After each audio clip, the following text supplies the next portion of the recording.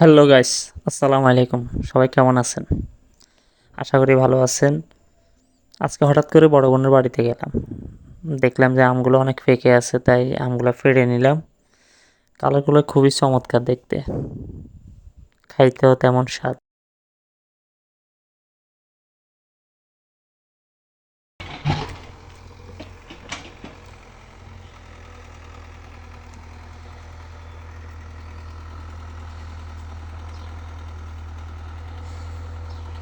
কেরান দিয়ে মাটি কাটা হচ্ছে প্রজেক্টের আগুলা বাঁধার জন্য। প্রতি বছরে এইভাবে প্রজেক্টের আগুলা বাঁধতে হয়। দিন শেষে খরচ আর খরচ। মাছ চাষ করলেও যে শুধু লাভ আর লাভ তা না, অনেক খরচ আছে মাছ মাছ চাষ করতে গেলে।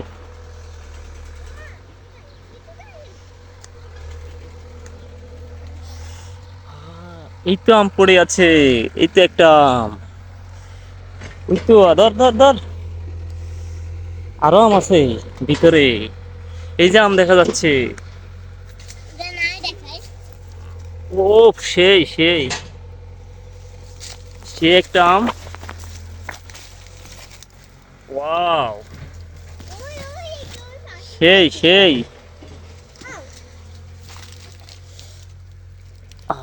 মামা অনেক আম পাড়ছি দেখছো। ধর তুই ওই সাইডে যাই নেই, ধর ধর, এই সাইডে যে আমগুলো খুঁজে নে।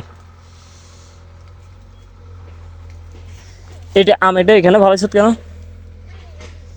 আর আসেনি দেখ, এইটার ভিতরেও আছে। ওই তো আরেকটা দেখা যাচ্ছে। এতক্ষণ আমগুলো ফাটলাম, এবার খুঁজে খুঁজে নিতেছি। ওই তো আরেকটা, ওই নিচে একটা।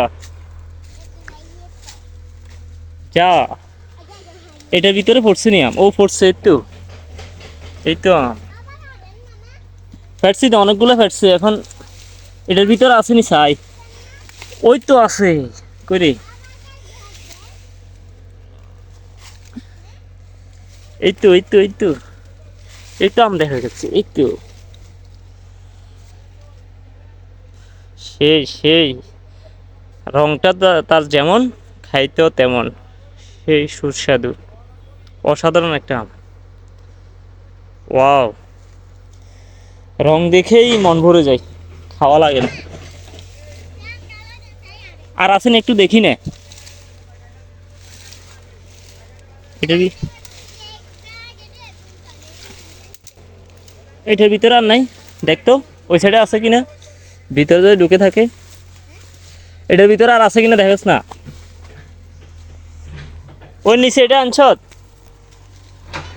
এটা লস নাই।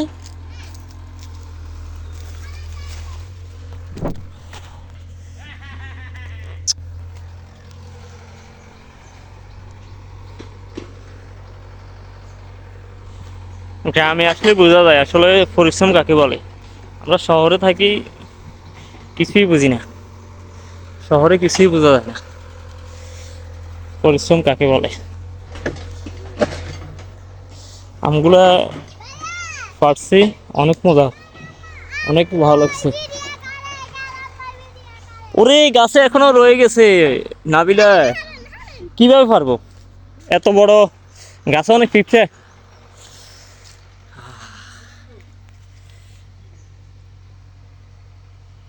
অনেকগুলো আম পারছি,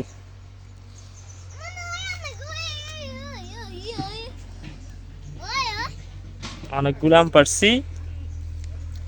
এই আমটার কালারটা অসাধারণ। এগুলো নেস নাই, তোরে বলছি না এই আমগুলো নেওয়ার জন্য। হ্যাঁ, তোকে এই আমগুলো নেওয়ার জন্য বলছি না। দে দে, এই আমগুলো খুঁজে নাও, শুধু খাইতে পারে। ওকে, টাটা, খোদাহাফেজ। আবারও নেক্সট কোনো ভিডিও নিয়ে হাজির হব ইনশাল্লাহ। আমগুলো এখনও কাঁচা, এগুলো পাকলে ইনশাল্লাহ নিয়ে নিব।